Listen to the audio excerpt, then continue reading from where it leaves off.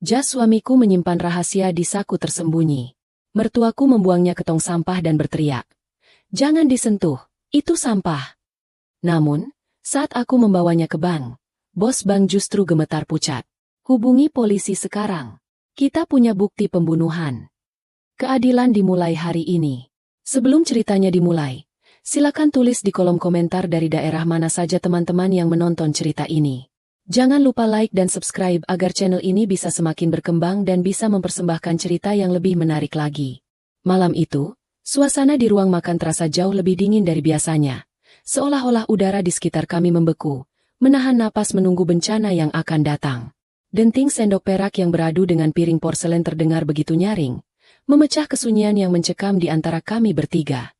Aku duduk di sisi kiri meja panjang itu, sementara suamiku duduk di kepala meja, dan ibunya, mertuaku yang selalu merasa sebagai ratu di istana ini, duduk di seberangku dengan tatapan tajam yang tak pernah lepas meneliti setiap gerak-gerikku.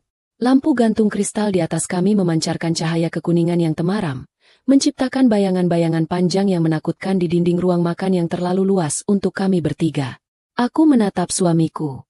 Wajahnya terlihat pucat, jauh lebih pucat dari hari-hari sebelumnya. Keringat dingin sebesar biji jagung terlihat mengalir di pelipisnya, meski pendingin ruangan sudah disetel di suhu terendah. Tangan kanannya gemetar saat mencoba menyuapkan sup krim jamur ke mulutnya. Hatiku teriris melihatnya.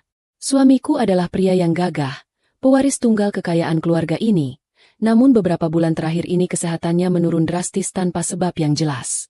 Dokter bilang itu hanya kelelahan kronis dan masalah pencernaan, tapi instingku sebagai istri mengatakan ada sesuatu yang salah, sesuatu yang jauh lebih buruk daripada sekadar kelelahan kerja. "Kenapa kau hanya mengaduk-aduk makananmu, Elena?" Suara mertuaku memecah lamunanku. Suaranya tajam, menusuk telinga seperti gesekan kapur di papan tulis. "Kau tidak menghargai koki yang sudah memasak ini? Atau kau merasa makanan di rumah ini kurang layak untuk lidah orang kampung sepertimu?" Aku menunduk, meremas serbet di pangkuanku. "Tidak, Ibu. Aku khawatir melihat kondisi Mas Adrian. Dia terlihat sangat sakit malam ini. Mungkin kita harus membawanya ke rumah sakit sekarang juga." Ibu mertuaku meletakkan sendoknya dengan kasar hingga menimbulkan bunyi keras. Ia menatapku dengan sorot mata merendahkan yang sudah menjadi makanan sehari-hariku sejak menikah dengan putranya 3 tahun lalu. "Jangan berlebihan. Adrian hanya butuh istirahat. Kau saja yang terlalu manja dan suka membesar-besarkan masalah agar mendapat perhatian. Dasar istri tidak berguna. Mengurus suami makan saja tidak becus, malah menyuruh ke rumah sakit terus-terusan. Kau mau menghabiskan uang anakku untuk biaya medis yang tidak perlu." Adrian mencoba tersenyum padaku, sebuah senyum lemah yang menyedihkan. Ia berusaha menenangkan ketegangan di antara aku dan ibunya, seperti yang selalu ia lakukan. "Aku tidak apa-apa, El. Ibu benar. Mungkin aku hanya butuh tidur. Sup ini, rasanya agak pahit hari ini, tapi aku harus menghabiskannya supaya tenagaku pulih." Baru saja kalimat itu selesai ia ucapkan, tiba-tiba tubuh Adrian menegang. Matanya terbelalak lebar, seolah melihat sesuatu yang mengerikan di hadapannya. Tangannya mencengkeram lehernya sendiri. Urat-urat di punggung tangannya menonjol keluar. Gelas air di hadapannya tersenggol dan pecah berantakan di lantai, menumpahkan air kemana-mana. Mas Adrian." Aku berteriak, langsung melompat dari kursiku dan berlari ke arahnya. Tubuh suamiku kejang-kejang hebat. Kursi yang didudukinya terdorong ke belakang dan ia jatuh terguling ke lantai karpet yang tebal. Mulutnya mengeluarkan busa putih bercampur sedikit darah. Aku memangku kepalanya, berteriak memanggil nama Tuhan, memanggil pelayan, memanggil siapa saja untuk membantu. Air mataku tumpah tak terbendung. Tanganku gemetar hebat saat mencoba melonggarkan kerah kemejanya agar ia bisa bernapas. "Ambulans! Panggil ambulans sekarang!" Teriakku pada pelayan yang baru saja muncul dengan wajah panik di ambang pintu. Di tengah kekacauan itu, aku melihat sesuatu yang membuat darahku berdesir ngeri. Mertuaku, Ibu Ratih, masih duduk tenang di kursinya. Ia tidak berteriak, tidak menangis, bahkan tidak beranjak dari tempat duduknya untuk melihat kondisi putra tunggalnya yang sedang meregang nyawa di lantai. Ia hanya menatap kami dengan pandangan dingin, sangat dingin, seolah sedang menonton adegan film yang membosankan.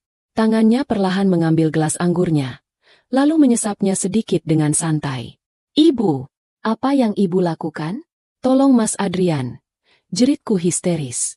Ibu mertuaku perlahan berdiri, merapikan roknya, lalu berjalan mendekat. Bukan untuk menolong, melainkan untuk berdiri menjulang di atasku yang sedang menangis memeluk tubuh suamiku yang mulai berhenti kejang. Ia menatap putranya yang kini diam tak bergerak dengan mata terbuka hampa. Sudah terlambat, gumamnya datar. Dia sudah tenang. Malam itu menjadi malam terpanjang dalam hidupku. Sirine ambulans yang meraung-raung, lampu strobo yang menyilaukan, dan hiruk-pikuk para medis yang mencoba melakukan CPR terasa seperti mimpi buruk yang kabur. Namun, semuanya sia-sia. Dokter di unit gawat darurat menyatakan suamiku meninggal dunia sebelum sampai di rumah sakit. Penyebab kematian sementara, gagal jantung mendadak. Aku terduduk lemas di lantai ruang tunggu rumah sakit yang dingin. Duniamu runtuh seketika. Adrian adalah satu-satunya pelindungku. Satu-satunya orang yang mencintaiku di keluarga terkutuk ini. Tanpa dia, aku hanyalah seekor domba di tengah kandang serigala.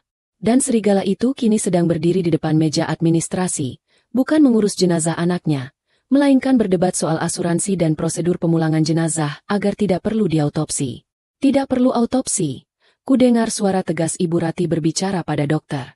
Anak saya punya riwayat jantung lemah dari ayahnya. Saya tidak mau tubuh anak saya dibedah-bedah. Kami ingin segera memakamkannya besok pagi. Itu tradisi keluarga kami. Aku ingin protes. Aku ingin berteriak bahwa Adrian tidak punya riwayat jantung. Dia sehat. Dia rajin olahraga sebelum sakit aneh ini menyerang. Tapi suaraku tercekat di tenggorokan. Rasa duka yang teramat sangat membuat tenagaku terkuras habis. Aku hanya bisa menangis dalam diam, meratapi nasibku dan nasib suamiku yang malang. Keesokan harinya, rumah besar itu dipenuhi pelayat. Orang-orang kaya, rekan bisnis, dan kerabat jauh yang bahkan tidak kutahu namanya datang silih berganti. Mereka menyalami ibu mertua, mengucapkan belasungkawa dengan wajah-wajah palsu. Ibu mertua memainkan perannya dengan sempurna. Ia menangis terseduh-seduh di depan para tamu, menceritakan betapa hancurnya hatinya kehilangan putra semata wayang. Akting yang luar biasa. Jika aku tidak melihat wajah dinginnya semalam, mungkin aku pun akan tertipu. Saat suasana mulai sepi, seorang pria paruh baya dengan setelan jas mahal datang. Itu Pak Burhan, pengacara keluarga. Ia meminta kami, aku dan Ibu Ratih, untuk duduk di ruang kerja almarhum ayah mertua. Saya turut berduka cita yang mendalam, ucap Pak Burhan. Namun, sesuai prosedur, saya harus menyampaikan hal penting terkait aset dan warisan Pak Adrian. Jantungku berdegup kencang. Aku sama sekali tidak memikirkan harta saat ini. Tapi aku tahu ini adalah momen yang ditunggu-tunggu oleh ibu mertua. Katakan saja, Burhan, bagaimana status aset-aset anakku? Tanya Ibu Ratih tanpa basa-basi. Air mata palsunya sudah kering seketika. Pak Burhan membuka tas kulitnya, mengeluarkan sebuah map. Begini, Bu Ratih, Ibu Elena. Seperti yang kita tahu, Pak Adrian meninggal mendadak. Surat wasiat terakhir yang beliau buat adalah 5 tahun lalu, sebelum beliau menikah dengan Ibu Elena. Mataku membelalak. Apa maksud Bapak? Mas Adrian pernah bilang dia akan memperbarui wasiatnya bulan lalu. Pak Burhan menghela napas, menatapku dengan rasa kasihan. Benar, Bu Elena. Beliau memang sudah membuat janji temu untuk mengubah wasiat dan memasukkan nama Anda sebagai ahli waris utama. Tapi, beliau meninggal sebelum sempat menandatangani dokumen perubahan itu. Jadi, secara hukum, wasiat lama yang berlaku. Senyum tipis terukir di bibir ibu mertua. Senyum kemenangan yang mengerikan. Dan apa isi wasiat lama itu? Tanya Ibu Ratih. Meski aku yakin dia sudah tahu jawabannya. Dalam wasiat lama, karena Pak Adrian belum menikah dan belum memiliki anak, seluruh aset yang diatasnamakan beliau, termasuk saham perusahaan, rumah ini, dan deposito, akan jatuh kembali kepada orang tua kandungnya jika beliau meninggal. Dalam hal ini, kepada Anda, Ibu Ratih, sebagai satu-satunya orang tua yang masih hidup. Ruangan itu terasa berputar. Aku mencengkeram sandaran kursi agar tidak jatuh. Jadi, aku tidak mendapatkan apa-apa? Bukan masalah uangnya. Tapi ini berarti aku tidak punya hak apapun lagi untuk tinggal di rumah ini. Ibu Ratih tertawa kecil. Suara yang terdengar seperti lonceng kematian bagiku. Ia menoleh padaku dengan tatapan penuh cemooh. Dengar itu, Elena? Kau dengar? Tuhan itu adil. Harta keluarga kami tidak akan jatuh ke tangan orang asing yang tidak jelas asal-usulnya sepertimu. Kau menikahinya karena mengincar hartanya. kan? Sayang sekali, rencanamu gagal total. Aku mencintai Mas Adrian, Bu. Demi Tuhan, aku tidak pernah peduli soal hartanya. Bantahku dengan suara bergetar. Simpan air mata buayamu, potong Ibu Ratih kasar. Sekarang, karena rumah ini kembali menjadi milikku sepenuhnya, aku ingin kau angkat kaki dari sini segera setelah pemakaman selesai. Aku tidak sudi menampung janda miskin yang hanya membawa sial bagi anakku. Kau mengerti? Aku menatap Pak Burhan, berharap ada pembelaan. Tapi pengacara itu hanya menunduk, tidak berani menentang kekuasaan Ibu Ratih yang kini memegang kendali penuh atas kekayaan keluarga. Aku sendirian, benar-benar sendirian di dunia ini. Suamiku sudah tiada, dan sekarang aku diusir seperti anjing kurap dari rumah tempat aku mengabdi selama 3 tahun terakhir. Namun, di dalam hati kecilku, rasa sedih perlahan mulai bercampur dengan rasa curiga yang amat pekat. Kematian Adrian yang begitu tepat waktu, surat wasiat yang belum sempat diubah, dan sikap Ibu Ratih yang begitu tenang, ini semua terasa terlalu sempurna untuk menjadi sebuah kebetulan. Aroma bunga sedap malam dan kapur barus memenuhi udara di ruang persiapan jenazah. Ruangan ini terletak di bagian belakang rumah duka eksklusif yang disewa oleh keluarga kami. Dindingnya berlapis marmer putih yang memantulkan hawa dingin, seolah-olah suhu di ruangan ini sengaja dibuat untuk membekukan perasaan siapapun yang masuk ke dalamnya. Di tengah ruangan, terbujur kaku tubuh suamiku, Adrian, di atas meja stainless steel. Wajahnya yang tampan kini pucat pasi, bibirnya membiru, namun bagiku, dia tetaplah lelaki yang paling kucintai di dunia ini. Ini adalah kesempatan terakhirku untuk bersamanya. Hanya kami berdua. Ibu mertua sedang sibuk di depan, menyambut tamu-tamu VIP dan pejabat yang terus berdatangan untuk memberikan penghormatan terakhir, atau lebih tepatnya, untuk menyetor muka pada penguasa baru harta keluarga Adrian. Dia melarangku ikut menyambut tamu dengan alasan wajahku yang bengkak karena menangis akan merusak pemandangan dan mempermalukan keluarga. Jadi, disinilah aku, tugas terakhir seorang istri, memakaikan jas terbaik untuk perjalanan terakhir suaminya. Tanganku gemetar saat mengancingkan kemeja putih di tubuh kakunya. Air mataku menetes jatuh ke kain sutra itu, meninggalkan bercak basah yang segera kuhapus dengan tisu. Maafkan aku, Mas, bisikku lirih. Suaraku parau. Maafkan aku karena tidak bisa melindungimu. Maafkan aku karena tidak memaksa membawamu ke dokter lain. Seharusnya aku tahu, seharusnya aku lebih waspada. Aku mengambil jas hitam favoritnya yang tergantung di rak. Ini adalah jas yang ia kenakan saat ulang tahun pernikahan kami yang pertama. Jas buatan penjahit terkenal di Italia, dengan potongan yang pas dan elegan. Saat aku memasukkan lengan Adrian yang kaku ke dalam jas itu, aku merasakan gelombang kesedihan yang nyaris membuatku ambruk. Betapa rapuhnya hidup ini. Kemarin kami masih berbicara tentang rencana liburan, dan hari ini aku mendandaninya untuk masuk ke liang lahat. Saat aku merapikan kerah jasnya, tanganku menyentuh bagian dalam saku dada sebelah kiri. Ada sesuatu yang mengganjal di sana. Bukan sapu tangan, bukan dompet. Teksturnya terasa kasar dan sedikit tebal. Keningku berkerut. Adrian adalah orang yang sangat rapi. Dia tidak pernah menaruh barang sembarangan di saku jas mahalnya agar tidak merusak bentuk jas. Perlahan, aku merogoh ke dalam saku tersembunyi itu. Jari-jariku menyentuh permukaan kertas yang kasar. Aku menariknya keluar. Sebuah buku kecil. Jantungku berhenti berdetak sejenak. Itu adalah sebuah buku tabungan tua. Bukan buku tabungan dari bank-bank besar tempat Adrian biasa menyimpan aset perusahaannya. Ini adalah buku tabungan dari sebuah bank swasta lama yang jarang kudengar namanya. Sampulnya sudah lusuh, warnanya pudar termakan usia, dan ada bercak-bercak kekuningan di sudut-sudutnya. Sangat kontras dengan jas mewah dan kehidupan glamor yang selama ini dijalani Adrian. Mengapa Adrian membawa buku butut ini di dalam jas kesayangannya? Dan kenapa disembunyikan di saku dalam yang bahkan jarang ia sentuh? Aku membuka halaman pertamanya. Kosong. Tidak ada nama. Tidak ada saldo yang tertulis. Hanya ada deretan angka yang ditulis tangan dengan tinta hitam di bagian sampul belakang bagian dalam. Tulisan itu kecil-kecil. Tapi aku mengenali gaya tulisan tangannya yang tegak bersambung. 12 Mei 2018. Napasku tercekat. Itu adalah tanggal kencan pertama kami. Tanggal di mana Adrian pertama kali membawaku makan malam di warung tenda pinggir jalan, jauh dari kemewahan keluarganya, dan mengatakan bahwa dia ingin hidup sederhana bersamaku. Air mataku kembali mengalir deras. Ini bukan sekadar buku tabungan. Ini adalah pesan. Pesan terakhir dari Adrian untukku. Dia tahu sesuatu akan terjadi padanya. Dia sudah mempersiapkan ini. Sedang apa kau? Suara dingin itu menyentakku. Aku tersentak kaget hingga buku tabungan itu hampir terlepas dari tanganku. Ibu Ratih berdiri di ambang pintu, menatapku dengan mata elang yang penuh kecurigaan. Ia melangkah masuk, bunyi sepatu hak tingginya menggema keras di lantai marmer, seperti ketukan palu hakim yang siap menjatuhkan vonis. Aku hanya merapikan jas Mas Adrian, Bu. Jawabku terbata-bata, berusaha menyembunyikan buku itu di balik telapak tanganku. Namun, mata Ibu Ratih terlalu jeli. Dia melihat ujung buku yang menyembul dari balik jariku.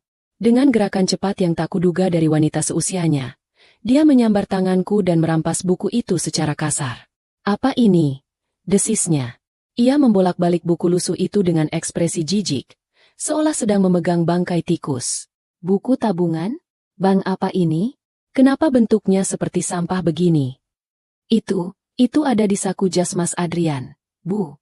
Kembalikan, pintaku, memberanikan diri untuk menatap matanya. Ibu Ratih tertawa meremehkan. Di saku jas Adrian? Jangan membual. Anakku tidak mungkin menyimpan barang rongsokan seperti ini. Dia seorang konglomerat, bukan pemulung. Ini pasti barang milikmu yang kau coba selundupkan, kan? Kau mau menaruh guna-guna di mayat anakku? Tidak, Bu. Demi Tuhan, itu milik Mas Adrian. Ada tulisan tangannya di belakang. Seruku, mencoba meraih kembali buku itu. Tapi Ibu Ratih lebih cepat. Dia mundur selangkah, menjauhkan buku itu dari jangkauanku. Wajahnya merah padam karena marah. Atau mungkin karena takut? Sampah! Teriaknya. Suamiku dan anakku tidak punya uang receh begini. Ini pasti akal-akalanmu saja untuk mencari celah mengambil harta. Kau pikir aku bodoh?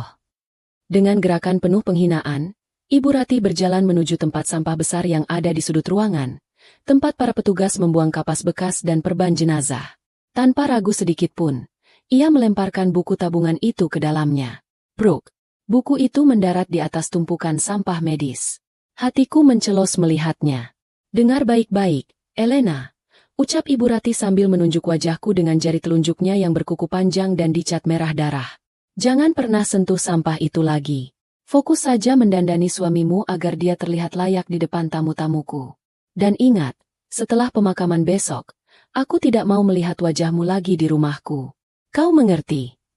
Tanpa menunggu jawabanku, dia berbalik dan melenggang pergi keluar ruangan, meninggalkan aroma parfum mahalnya yang kini terasa memualkan bagiku. Begitu pintu tertutup, aku langsung berlari ke arah tong sampah itu. Aku tidak peduli dengan rasa jijik atau kotor. Aku mengaduk-aduk isinya, menyingkirkan tisu-tisu bekas dan plastik pembungkus, sampai jari-jariku menyentuh permukaan buku yang kasar itu. Aku menariknya keluar, membersihkannya dengan ujung bajuku, dan memeluknya erat di dada. Jantungku berpacu sangat cepat. Ibu Ratih membuangnya karena dia pikir ini tidak berharga. Dia pikir ini hanya buku tabungan kosong atau rekening lama yang sudah tidak aktif. Kesombongannya telah membutakan matanya. Tapi aku tahu Adrian. Suamiku tidak pernah melakukan sesuatu tanpa alasan. Jika dia menyimpan benda, sampah, ini di tempat paling rahasia, berarti nilainya jauh lebih besar daripada emas berlian yang melingkar di leher ibunya. Aku membuka kembali halaman belakang buku itu. Angka 12 Mei 2018. Otakku bekerja cepat. Adrian pernah bilang padaku, "El, kalau suatu hari nanti aku tidak bisa bicara, atau aku pergi mendadak, carilah jejak yang aku tinggalkan. Aku tidak akan pernah membiarkanmu menderita sendirian." Ini jejaknya. Ini kuncinya. Aku menyeka air mata di pipiku dengan punggung tangan. Rasa sedih yang tadi melumpuhkanku kini perlahan berubah menjadi tekad yang membara. Adrian mungkin sudah mati, tapi dia meninggalkan senjata ini untukku. Aku tidak boleh menyerah. Aku tidak boleh membiarkan wanita jahat itu menang begitu saja. Aku memasukkan buku tabungan itu ke dalam raku, tempat paling aman yang bisa kupikirkan saat ini, karena tasku pun sering digeledah oleh pelayan suruhan Ibu Ratih. Aku kembali menatap wajah suamiku yang tenang. Aku membungkuk, mencium keningnya yang dingin untuk terakhir kalinya. "Terima kasih, Mas," bisikku di telinganya. "Aku berjanji, aku akan mencari tahu apa isi buku ini. Dan jika benar dugaanku bahwa kematianmu tidak wajar, aku bersumpah, siapapun yang menyakitimu akan membayar mahal. Sangat mahal." Aku menyelesaikan tugas memakaikan jasnya dengan cepat. Setelah itu, aku keluar dari ruangan dengan kepala tegak. Di luar, kerumunan pelayat semakin banyak. Aku melihat Ibu Ratih sedang tertawa sopan dengan seorang pejabat bank. Aku harus keluar dari sini. Aku harus pergi ke bank yang tertera di buku itu. Sekarang juga. Tapi bagaimana caranya kabur dari pengawasan ketat Ibu Ratih dan para penjaganya? Mataku menangkap sosok Pak Ujang, sopir pribadi Adrian yang setia, sedang berdiri di dekat pintu samping. Pak Ujang satu-satunya orang di rumah itu yang sering diam-diam membantuku. Mungkin dia bisa menjadi tiket kebebasanku. Aku harus berakting. Aku harus berpura-pura sakit atau butuh sesuatu yang mendesak. Rencana mulai tersusun di kepalaku. Perang baru saja dimulai. Dan aku tidak akan kalah tanpa perlawanan. Suasana rumah duka semakin sesak. Aroma bunga lili yang seharusnya menenangkan kini bercampur dengan bau parfum mahal dan keringat dari ratusan orang yang berdesakan, menciptakan udara yang pengap dan mencekik. Aku melangkah keluar dari ruang jenazah, berusaha mengatur napasku agar tidak terlihat mencurigakan. Di balik dadaku, buku tabungan lusuh itu terasa panas, seolah membakar kulitku, mengingatkanku pada setiap detik yang berlalu. Aku menyapukan pandangan ke sekeliling aula utama. Ibu Ratih masih sibuk menjadi pusat perhatian, menerima ungkapan belasungkawa dengan wajah sedih yang dibuat-buat. Di setiap sudut ruangan, aku melihat pria-pria berbadan tegap dengan setelan hitam dan earpiece di telinga. Mereka bukan pelayat. Mereka adalah orang-orang suruhan Ibu Ratih.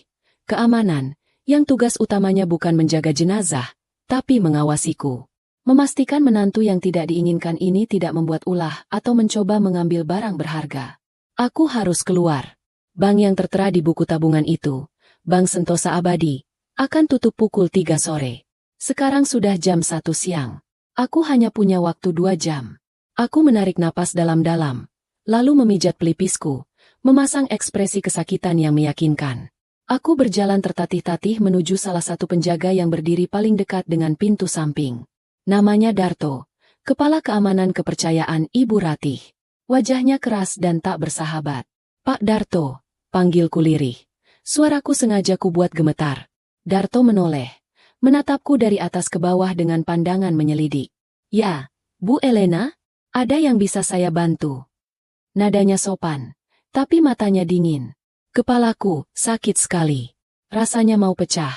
Aku meringis, memegang kepalaku dengan kedua tangan. Obat migrainku tertinggal di apartemen lama Mas Adrian. Yang di laci kamarku di sini sudah habis. Aku butuh obat itu sekarang. Atau aku akan pingsan di sini dan membuat keributan di depan tamu-tamu ibu. Darto mengerutkan kening. Saya bisa menyuruh anak buah saya membelikan obat di apotek terdekat. Bu. Tidak bisa. Sergahku cepat. Ini obat resep khusus dari dokter saraf. Tidak dijual bebas. Dan resepnya ada di apartemen itu juga. Tolonglah, Pak. Aku hanya ingin mengambil obat itu sebentar. Lalu kembali lagi. Aku tidak mau pingsan di depan kolega-kolega ibu. Bayangkan betapa malunya Ibu Ratih kalau menantunya merusak suasana hikmat ini. Ancaman halus itu mengenai sasarannya. Darto tampak ragu. Dia tahu betapa obsesifnya Ibu Ratih terhadap citra sempurnanya di depan publik. Jika aku pingsan dan membuat drama, dia yang akan disalahkan. Baiklah, putusnya akhirnya, sambil menekan tombol di earpiece-nya. Tapi ibu tidak boleh pergi sendiri. Ujang akan mengantar ibu. Dan saya akan mengirim satu orang untuk menemani. Terima kasih, Pak. Ucapku lemah. Dalam hati, aku bersorak. Setengah rencanaku berhasil. Tapi tantangan sebenarnya baru akan dimulai. 5 menit kemudian, mobil hitam mengkilap sudah menunggu di pintu samping. Pak Ujang duduk di balik kemudi. Wajah tuanya terlihat sedih saat melihatku. Di kursi depan samping sopir, duduk seorang penjaga muda berwajah garang yang tidak kukenal. Aku duduk di kursi belakang sendirian. Ke apartemen Menteng ya, Pak Ujang, perintah penjaga muda itu, tanpa bertanya padaku. Mobil meluncur membelah kemacetan Jakarta. Pikiranku berpacu. Aku tidak boleh sampai ke apartemen. Kalau sampai di sana, aku akan terjebak. Aku harus memisahkan diri dari penjaga ini. Pak, panggilku pada penjaga di depan. Bisa mampir ke minimarket sebentar? Aku butuh air mineral dan pembalut. Datang bulanku tiba-tiba datang karena stres. Penjaga itu mendengus kesal, tapi dia tidak bisa menolak permintaan semacam itu. Cepat ya, Bu. Jangan lama-lama. Mobil berhenti di sebuah minimarket 24 jam yang cukup ramai. Bapak ikut turun kan? Untuk membawakan belanjaan saya? Tanyaku dengan nada manja yang dibuat-buat. Lagi pula, saya lemas sekali. Penjaga itu memutar matanya, lalu membuka pintu mobil dengan kasar. Ya, ayo cepat. Aku turun, diikuti penjaga itu yang berjalan di belakangku seperti bayangan. Pak Ujang tetap di mobil, mesin masih menyala. Aku masuk ke dalam minimarket, berjalan menuju lorong pembalut wanita yang berada di pojok paling belakang. Penjaga itu berhenti di ujung lorong, jelas merasa risih dan enggan masuk ke area barang-barang wanita. Ini kesempatanku. Aku akan memilih sebentar, kataku padanya, lalu berbelok masuk ke lorong. Begitu tubuhku tersembunyi oleh rak-rak tinggi, aku tidak mengambil pembalut.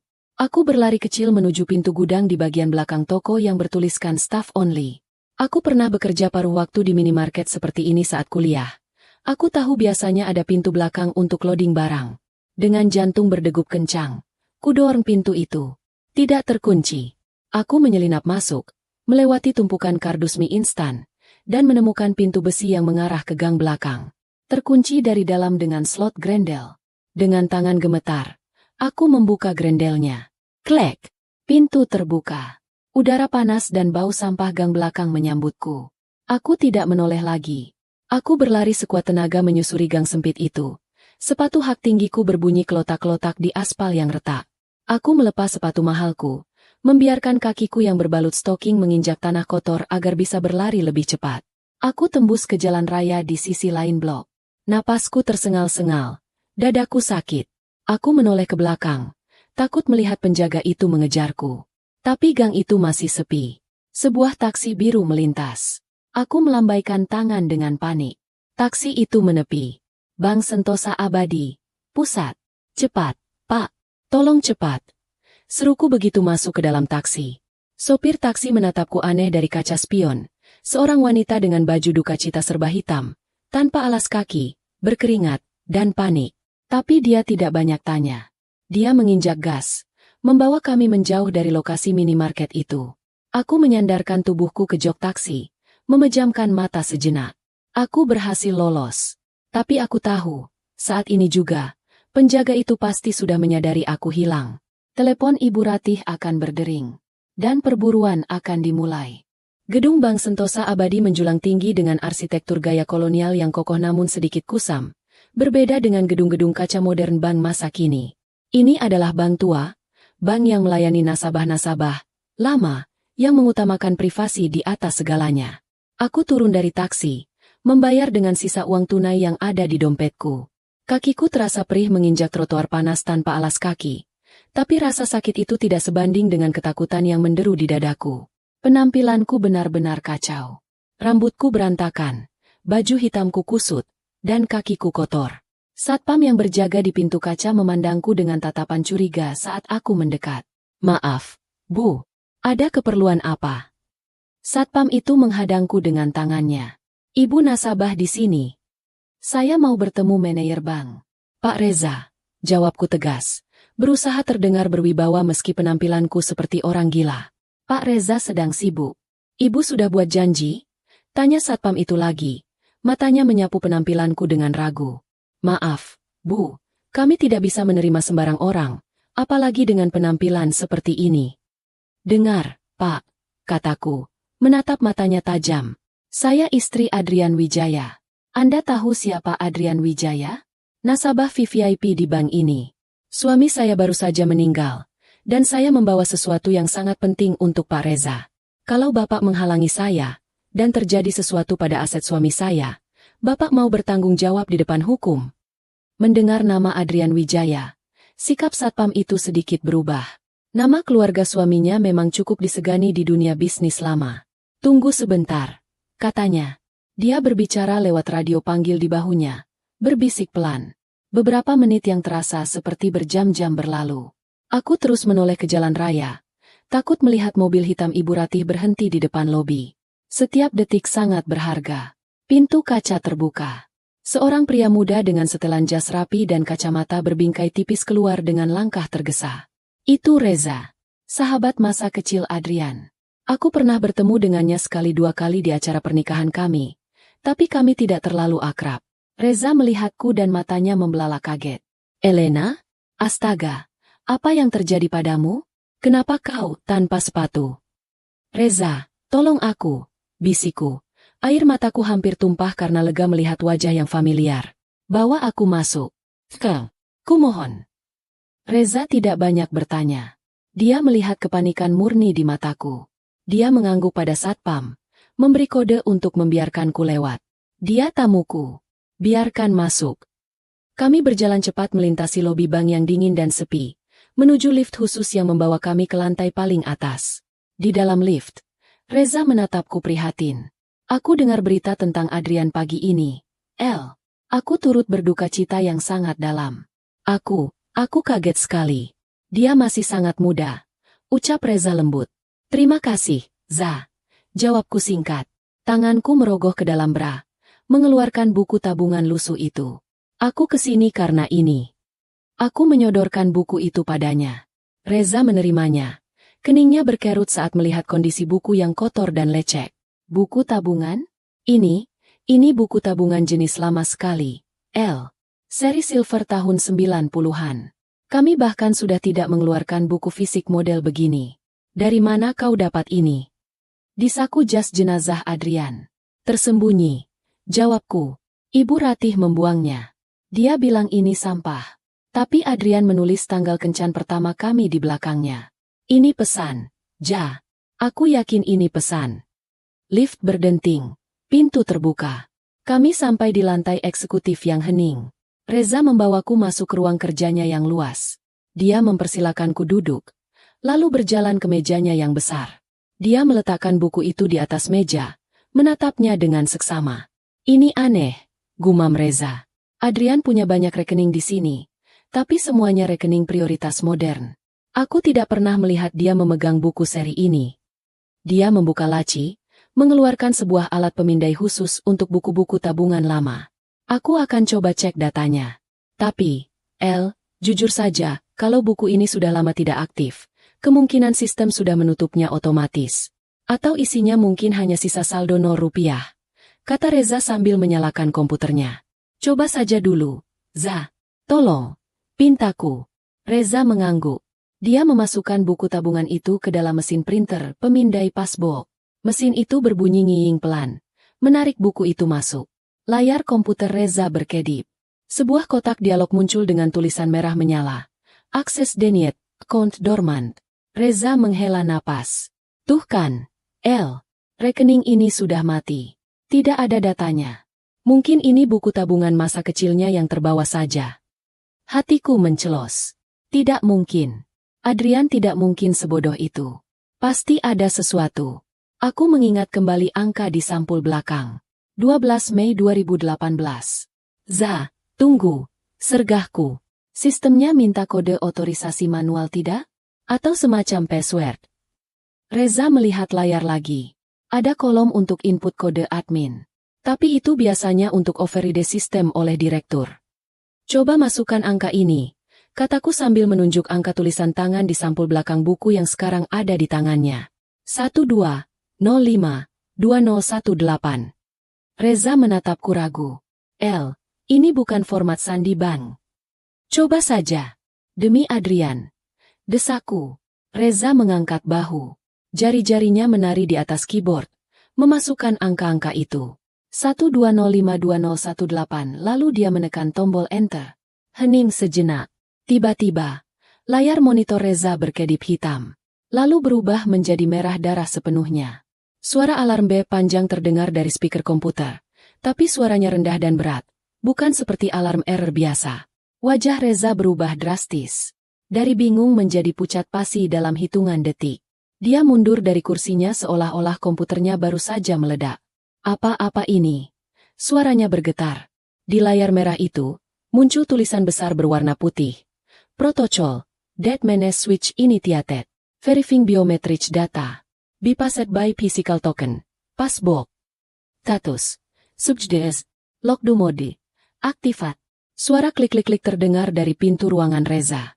Kunci otomatis terkunci sendiri. Tirai-tirai jendela yang tebal turun secara otomatis, menutup akses pandangan dari luar. Ruangan itu kini terisolasi total. El, apa yang terjadi? Apa yang kau berikan padaku? Tanya Reza panik. Sistem bank mengunci kita di sini. Ini protokol keamanan level tertinggi. Aku bahkan tidak tahu protokol ini ada. Jantungku berdegup kencang, campuran antara rasa takut dan harapan. Adrian benar-benar jenius. Lihat layarnya, Za. Tunjukku. Tulisan di layar berubah lagi. Sebuah loading bar muncul dengan cepat, mengunduh data dalam jumlah terabi dari cloud server yang entah berada di mana. Download evidence files. 100% complete. The tripping. Layar kembali hitam. Lalu, sebuah jendela video pop-up muncul di tengah layar. Wajah Adrian. Wajah suamiku memenuhi layar monitor. Dia terlihat duduk di kursi kerja di ruang pribadinya di rumah, mengenakan piyama. Wajahnya tirus, matanya cekung, dan dia terlihat sangat lelah. Di sudut video tertera tanggal perekaman, 2 minggu yang lalu. Reza menutup mulutnya dengan tangan. Matanya berkaca-kaca melihat sahabatnya yang sudah tiada itu, hidup, kembali di layar. Adrian di video itu menatap lurus ke kamera, seolah menatap mata kami saat ini. Dia menarik napas panjang yang terdengar berat. Hai, El. Hai, Reza. Aku yakin kau yang akan membuka ini karena cuma kau satu-satunya orang di bank itu yang aku percaya. Suara Adrian terdengar parau namun tegas. Jika kalian menonton video ini, dan jika sistem ini aktif, itu artinya satu hal, aku sudah mati. Jantungku akhirnya berhenti, atau aku ditemukan meninggal mendadak. Adrian berhenti sejenak, menelan ludah. Dengar baik-baik, kematianku bukan karena sakit, bukan karena takdir. Aku dibunuh. Dan pelakunya. Wajah Adrian mengeras, matanya memancarkan kemarahan yang tertahan. Pelakunya adalah ibuku sendiri, Ratih Wijaya. Keheningan di ruang kerja Reza begitu mencekam, seolah-olah seluruh oksigen di ruangan itu telah disedot habis oleh kalimat terakhir yang diucapkan suamiku dari layar monitor. Pelakunya adalah ibuku sendiri. Kalimat itu menggantung di udara, berat dan menyesakan, menghantam dadaku lebih keras daripada pukulan fisik manapun. Aku merasa mual. Perutku bergejolak hebat, bukan karena penyakit, melainkan karena kenyataan mengerikan yang baru saja dimuntahkan oleh rekaman digital itu. Aku menatap wajah Reza. Pria itu mematung di kursinya. Wajahnya yang tadi pucat kini berubah menjadi seputih kertas. Mulutnya sedikit terbuka, kacamata yang bertengger di hidungnya merosot. Namun ia tidak bergerak sedikit pun untuk membenarkannya. Matanya terpaku pada layar. Pada wajah sahabatnya yang kini berbicara dari alam kubur. Kami berdua terjebak dalam kotak kaca kedap suara ini, terisolasi dari dunia luar, dipaksa mendengarkan sebuah pengakuan dosa yang tak terbayangkan. Di layar, Adrian bergerak sedikit, memperbaiki posisi duduknya. Suara kursi berderi terdengar jelas, menambah kesan nyata seolah dia ada di sini, duduk di depan kami. Ia terbatuk pelan, sebuah batu kering yang menyakitkan untuk didengar. Lalu ia kembali menatap lensa kamera dengan sorot mata yang redup namun penuh tekad. Aku tahu ini terdengar gila. Suara Adrian kembali terdengar, memecah keheningan kami. Ibu kandung membunuh anaknya sendiri? Siapa yang akan percaya? Tapi kau, El, kau pasti merasakannya, kan? Kau pasti melihat tanda-tandanya, meskipun kau terlalu baik untuk menuduh orang lain. Air mataku menetes tanpa bisa kutahan. Ya, aku melihatnya. Aku melihat bagaimana Adrian semakin hari semakin kurus. Aku melihat bagaimana ia sering muntah setelah makan malam. Aku melihat lebam-lebam aneh di kulitnya. Tapi aku selalu mempercayai diagnosa dokter keluarga. Dokter yang disewa dan dibayar oleh ibu mertua. Betapa bodohnya aku. Semua ini bermula 3 bulan lalu. Lanjut Adrian dalam video itu. Saat aku secara tidak sengaja mendengar pembicaraan ibu dengan pengacara Burhan di telepon. Ibu marah besar karena aku berencana memindahkan sebagian besar aset liquid ke rekening bersama kita. El. Dia bilang aku tidak tahu diri. Dia bilang harta keluarga Wijaya tidak boleh keluar sesen pun ke tangan orang lain. Adrian tersenyum pahit di layar. Ibu selalu terobsesi dengan kontrol. Sejak ayah meninggal, dia merasa memiliki hak penuh atas segalanya, termasuk hidupku. Ketika aku menikahimu, dia merasa kehilangan kendali itu. Dia melihatmu sebagai ancaman, El. Ancaman bagi kekuasaannya di rumah itu. Aku menutup mulutku dengan tangan, menahan isak tangis agar tidak meledak. Reza perlahan menoleh padaku. Matanya menyiratkan simpati yang mendalam sekaligus rasa bersalah, karena mungkin selama ini dia tidak menyadari penderitaan sahabatnya. Awalnya aku hanya merasa mual biasa. Adrian melanjutkan ceritanya. Suaranya mulai terdengar lelah. Aku pikir itu sakit ma atau stres kerja. Tapi polanya selalu sama. Setiap kali aku makan masakan khusus yang dibuat ibu, sup herbal yang katanya resep leluhur untuk stamina, kondisiku justru memburuk. Awalnya aku menepis kecurigaan itu. Mana mungkin? Dia ibuku. Wanita yang melahirkanku. Adrian mengangkat sebuah botol kecil ke depan kamera. Botol kaca bening tanpa label. Sampai suatu hari, aku mengambil sedikit sampel dari sup itu diam-diam dan mengirimnya ke laboratorium swasta di luar kota. Tanpa sepengetahuan siapapun, bahkan kau, El. Hasilnya keluar seminggu yang lalu. Adrian menunjukkan selembar kertas hasil laboratorium ke kamera. Tulisannya terlihat jelas meski agak buram. Arsenik trioksida, dosis rendah akumulatif. Reza menggebrak meja kerjanya dengan keras. Gila, umpatnya tertahan. Arsenik? Itu racun tikus zaman dulu. Itu pembunuhan berencana yang sangat sadis. Aku gemetar hebat. Arsenik, dosis rendah. Itu sebabnya Adrian tidak mati seketika. Itu sebabnya dia terlihat sakit-sakitan selama berbulan-bulan. Ibu mertua membunuhnya perlahan-lahan, menyiksanya sedikit demi sedikit setiap hari, sambil tersenyum manis dan membelai kepalanya. Wanita macam apa yang tega melakukan itu pada darah dagingnya sendiri? Kenapa aku tidak lapor polisi saat itu juga? Tanya Adrian di video, seolah membaca pikiran kami. Wajahnya berubah menjadi sangat sedih. Karena dia mengancammu, El. Jantungku berhenti berdetak sesaat. Malam setelah hasil lab itu keluar, aku mengonfrontasinya. Aku bertanya kenapa dia tega meracuniku. Dan kau tahu apa jawabannya? Dia tersenyum. Dia bilang, kalau aku berani buka mulut atau menolak makanannya, giliran kau yang akan sakit. Dia bilang kecelakaan bisa terjadi kapan saja pada menantu yang ceroboh. Rem mobil bisa blong. Gas dapur bisa meledak. Suara Adrian pecah.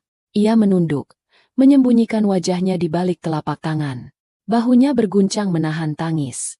Melihat suamiku yang selalu tegar itu hancur di layar monitor membuat hatiku remuk redam. Dia menanggung semua ini sendirian demi melindungiku. Dia membiarkan dirinya diracuni setiap hari, memakan sup maut itu suap demi suap, hanya agar ibunya tidak mengalihkan target pembunuhan kepadaku. Aku pengecut. El, maafkan aku. Isak Adrian setelah berhasil menguasai dirinya kembali.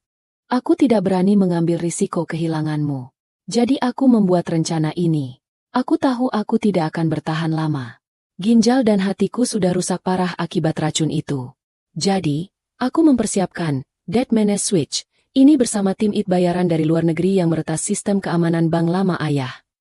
Adrian menatap tajam ke kamera lagi. Buku tabungan itu adalah kuncinya. Sistem ini terhubung langsung dengan server cadangan bank yang tidak pernah disentuh sejak tahun 90-an. Begitu kode dimasukkan, sistem akan menganggap aku sudah tewas dan akan merilis semua bukti yang sudah kumpulkan.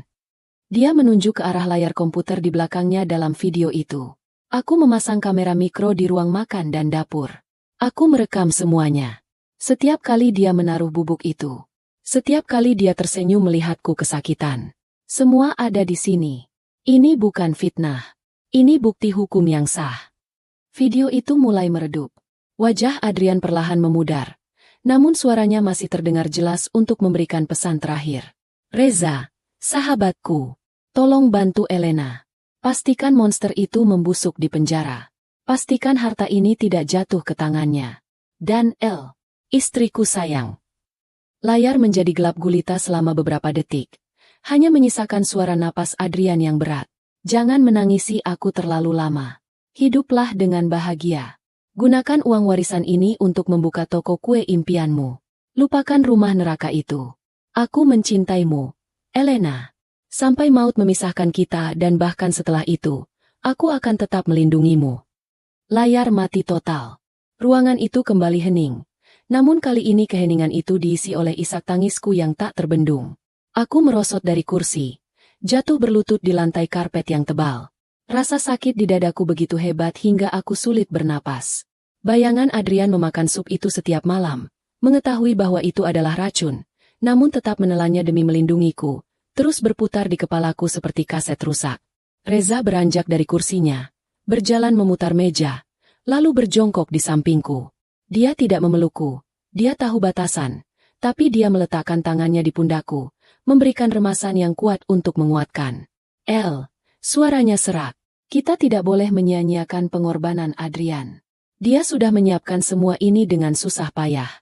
Dia memberikan nyawanya untuk memastikan kau selamat dan mendapatkan keadilan. Aku mengangkat wajahku yang basah oleh air mata. Mataku bertemu dengan mata Reza yang kini terbakar oleh kemarahan.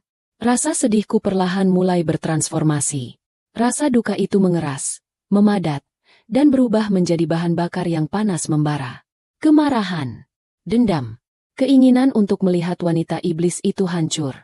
Kau benar, Za, bisikku, menghapus air mata dengan kasar. Adrian tidak mati sia-sia. Dia memberiku pedang. Sekarang giliranku untuk mengayunkannya. Aku berdiri perlahan, dibantu oleh Reza. Kakiku masih gemetar, tapi hatiku sudah mantap. Apa yang akan terjadi selanjutnya? Tanyaku, menatap layar komputer yang kini kembali menampilkan baris-baris kode. Reza kembali ke kursinya. Wajahnya kini berubah serius. Mode profesionalnya mengambil alih. Protokol, Dead Man's Switch. Ini gila. Adrian benar-benar jenius atau dia menyewa hacker kelas kakap. Sistem ini tidak hanya memutar video pesan tadi. Lihat ini. Reza menunjuk ke monitor. Jendela-jendela baru bermunculan secara otomatis. Sistem ini sedang mengunduh file video RAW dari server cloud tersembunyi. Dan lihat baris perintah di pojok kanan bawah itu. Tunjuk Reza pada teks yang berkedip merah. Sending data paketu. Polri Cybercrime Unit Financial Intelligence Unit. Status. Sen. Adrian tidak main-main. Gumam Reza takjub. Dia tidak membiarkan kita punya pilihan untuk ragu. Dia sudah mengirimkan sinyal darurat ke kepolisian pusat secara otomatis begitu buku tabungan itu diaktifkan. Polisi akan menerima notifikasi adanya bukti pembunuhan tingkat 1 dengan bukti digital yang terverifikasi. Aku merasa merinding. Jadi, saat ini juga, di kantor polisi di suatu tempat di Jakarta, alarm sedang berbunyi. Dan bukan cuma itu, tambah Reza, jarinya menelusuri layar. Sistem ini juga memblokir akses ke semua rekening yang terhubung dengan nama Adrian Wijaya dan Ratih Wijaya. Aset dibekukan. Ibu mertuamu tidak akan bisa menarik 1 rupiah pun dari ATM atau bank manapun mulai detik ini. Dia akan tahu, kataku pelan. Ibu Ratih akan tahu ada yang salah saat kartunya ditolak. Dia pasti tahu. Reza mengangguk. Dan karena dia tahu kau membawa buku tabungan itu, dia pasti akan datang ke sini. Ke bank ini. Aku menatap pintu ruangan yang terkunci rapat. Biarkan dia datang, kataku dingin. Aku akan menunggunya di sini. Reza menatapku dengan pandangan baru, seolah melihat sisi lain diriku yang belum pernah ia lihat sebelumnya. Kau yakin, kita bisa minta polisi menjemputmu lewat pintu belakang? Tidak, jawabku tegas. Aku sudah lari dari rumah duka tadi. Aku sudah lari ketakutan sepanjang siang ini. Aku tidak mau lari lagi. Ini adalah panggung yang disiapkan Adrian untukku. Aku akan menghadapi ibunya di sini, dengan bukti yang dia tinggalkan. Reza mengangguk pelan. Rasa hormat terpancar dari matanya. Baiklah, kalau begitu, mari kita lihat bukti utamanya. Adrian bilang ada rekaman CCTV. Kita perlu melihatnya untuk memastikan seberapa kuat buktinya sebelum polisi datang. Dia menekan tombol enter sekali lagi. Folder bernama Evidence_CCTV terbuka. Di dalamnya ada puluhan file video dengan tanggal dan jam yang berurutan. Siap? Tanya Reza. Aku menarik napas panjang, mengepalkan tanganku hingga kuku menancap di telapak tangan. Buka. Layar monitor yang besar itu kini terbagi menjadi 4 kotak tampilan. Masing-masing menunjukkan sudut pandang kamera yang berbeda. Adrian benar-benar mempersiapkan ini dengan sangat detail. Ada kamera yang menyorot dapur bersih, 1 di dapur kotor, 1 di ruang makan dari sudut atas lampu gantung, dan 1 lagi close-up yang sepertinya disembunyikan di rak bumbu. Kualitas gambarnya sangat tajam, high definition. Bahkan suara denting panci di dapur pun terdengar jernih lewat speaker komputer Reza. Reza mengklik file tertanggal 1 bulan yang lalu. Video dimulai.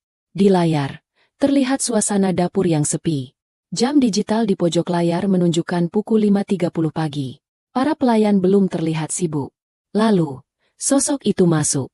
Ibu mertua. Dia masih mengenakan gaun tidur sutra panjangnya.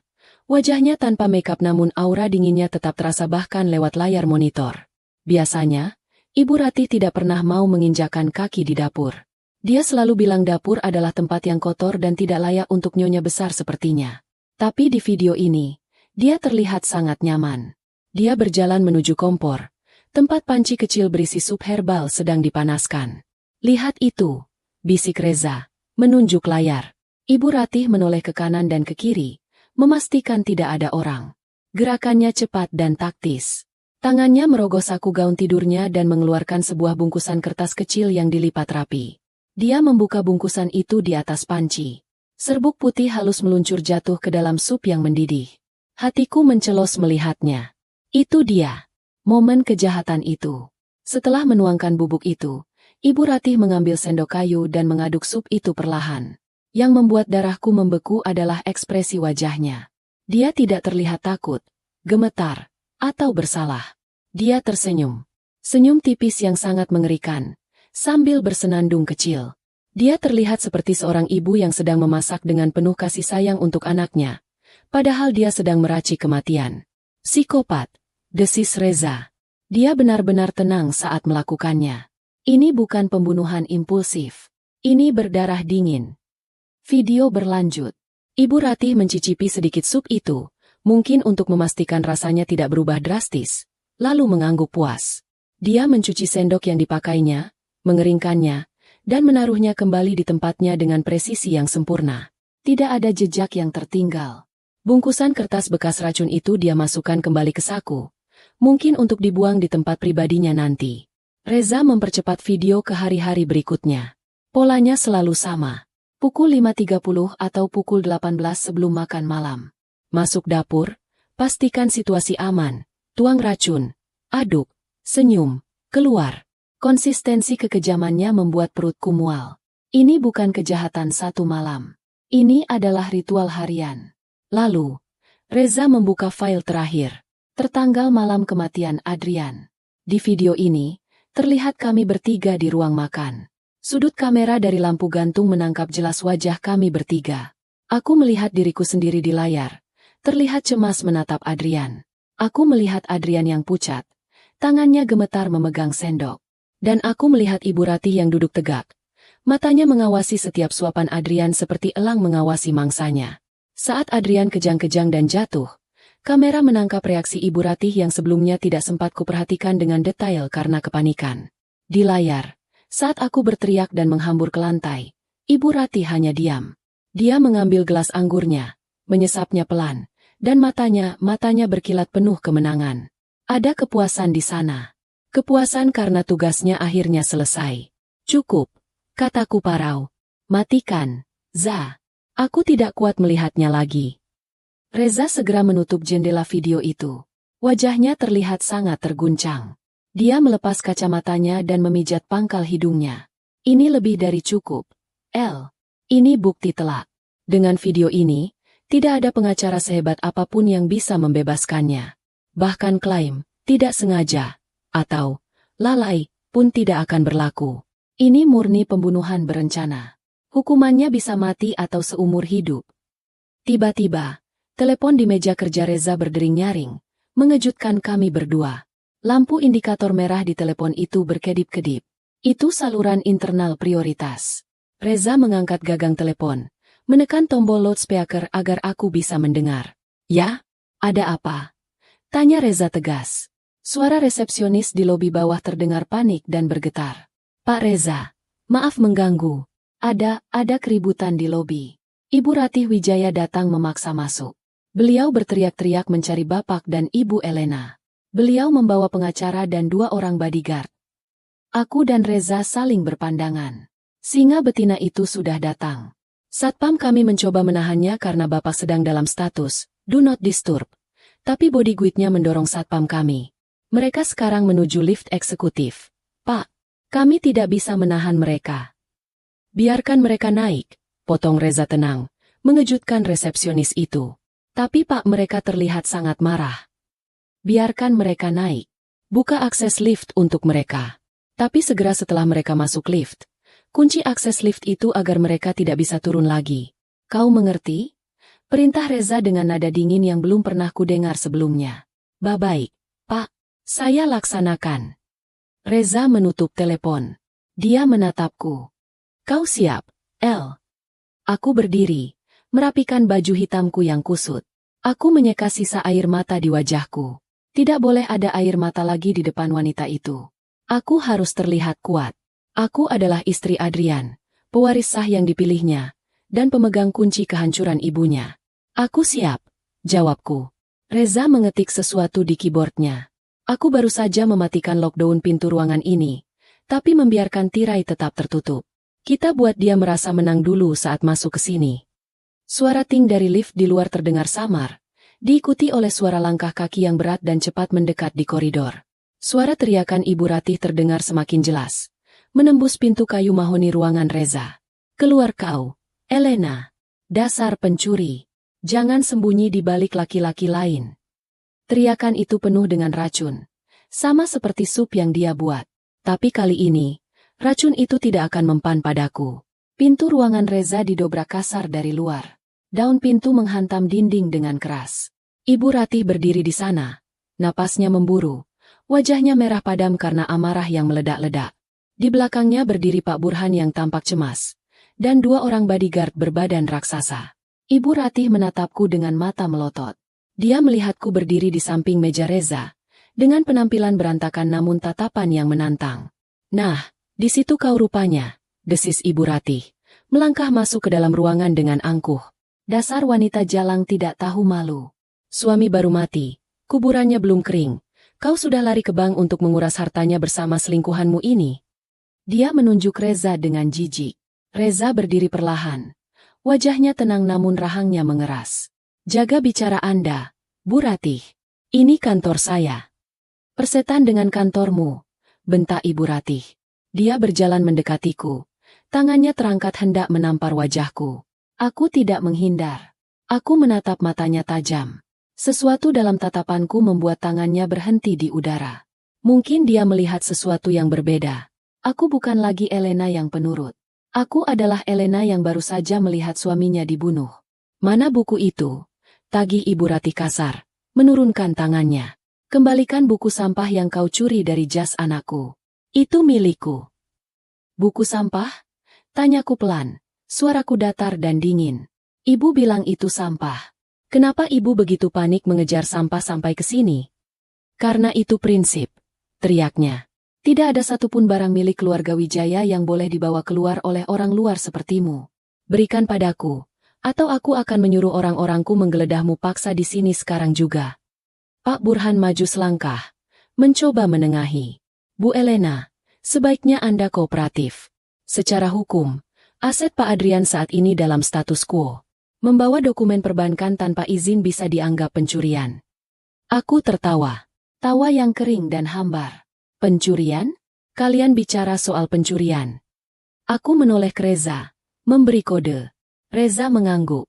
Dia menekan satu tombol di keyboardnya. Layar monitor besar di belakang kami, yang tadi gelap, tiba-tiba menyala terang.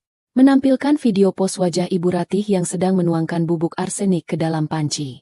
Gambar itu diam, freeze frame, diperbesar tepat di wajahnya yang sedang tersenyum licik. Ibu Ratih terdiam. Mulutnya yang tadi sibuk mencaci maki tiba-tiba terkunci rapat. Matanya melebar menatap layar di belakangku. Warna merah di wajahnya surut seketika, digantikan oleh pucat pasi yang mengerikan. Lututnya tampak goyah. Apa-apa itu? Bisiknya. Suaranya hampir tak terdengar. Itu ibu, kan?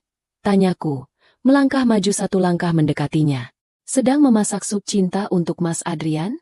Atau lebih tepatnya, sup arsenik? Pak Burhan yang melihat layar itu ikut ternganga.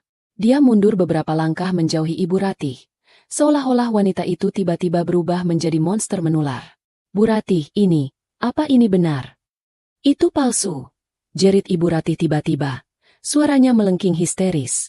Itu editan. Kalian menjebakku. Elena, kau merekayasa ini semua kan? Kau mau memfitnahku demi harta. Rekaman ini asli, Bu. Sela Reza tajam. Diambil dari kamera tersembunyi yang dipasang Adrian sendiri. Dan data ini sudah tersimpan di server bank, terverifikasi tanggal dan waktunya. Tidak ada yang bisa mengeditnya. Adrian. Ibu Ratih menyebut nama anaknya dengan nada tidak percaya. Anak durhaka itu, dia menjebak ibunya sendiri. Dia tidak menjebak ibu, balasku tajam. Dia hanya melindungi dirinya. Atau setidaknya, mencoba. Tapi ibu terlalu cepat. Ibu membunuhnya sebelum dia sempat bertindak. Tapi dia meninggalkan ini untukku. Dead Man's Switch.